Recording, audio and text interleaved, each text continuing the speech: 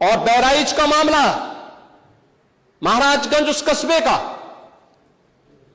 जहां के बारे में आप कह रहे हैं कि लगातार मुस्लिम बस्ती थी।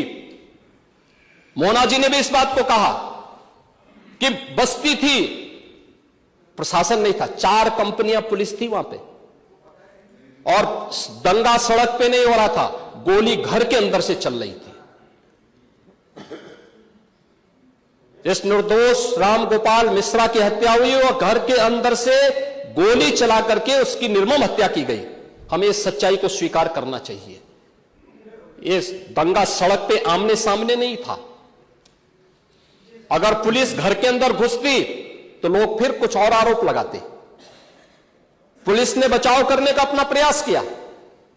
4 कंपनियां वहां पे थी, और आप कह रहे हैं कि माननीय मोना जी ने भी कहा कि भारतीय जनता पार्टी के विधायक ने आरोप लगाए। भारतीय जनता पार्टी के विधायक ने इस हल्दी की घटना को लेकर के नहीं, इस महाराजगंज कस्बे की घटना को लेकर के नहीं, ये उस समय बहराइच कस्बे में थे, और बहराइच कस्बे में इनकी गाड़ी पर हमला हुआ, जो वहां से 30-35 किलोमीटर दूर है। वहां पे एक पथराव हुआ था।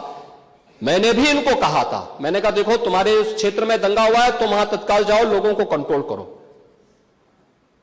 लेकिन कि आखिर मैं नेता विरोधी दल से पूछना चाहता हूं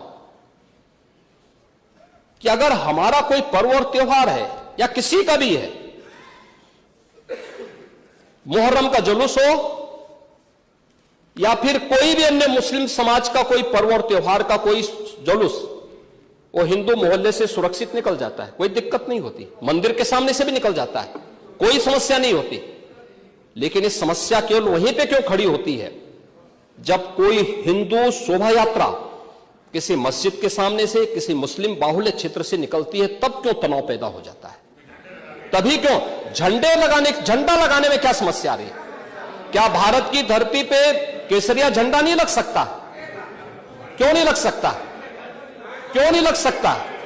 मैं यही पूछना चाहता हूं, आखिर ये दंगे क्यों किए जाते हैं? और बहराइच का मामला, महाराजगंज उस कस्बे का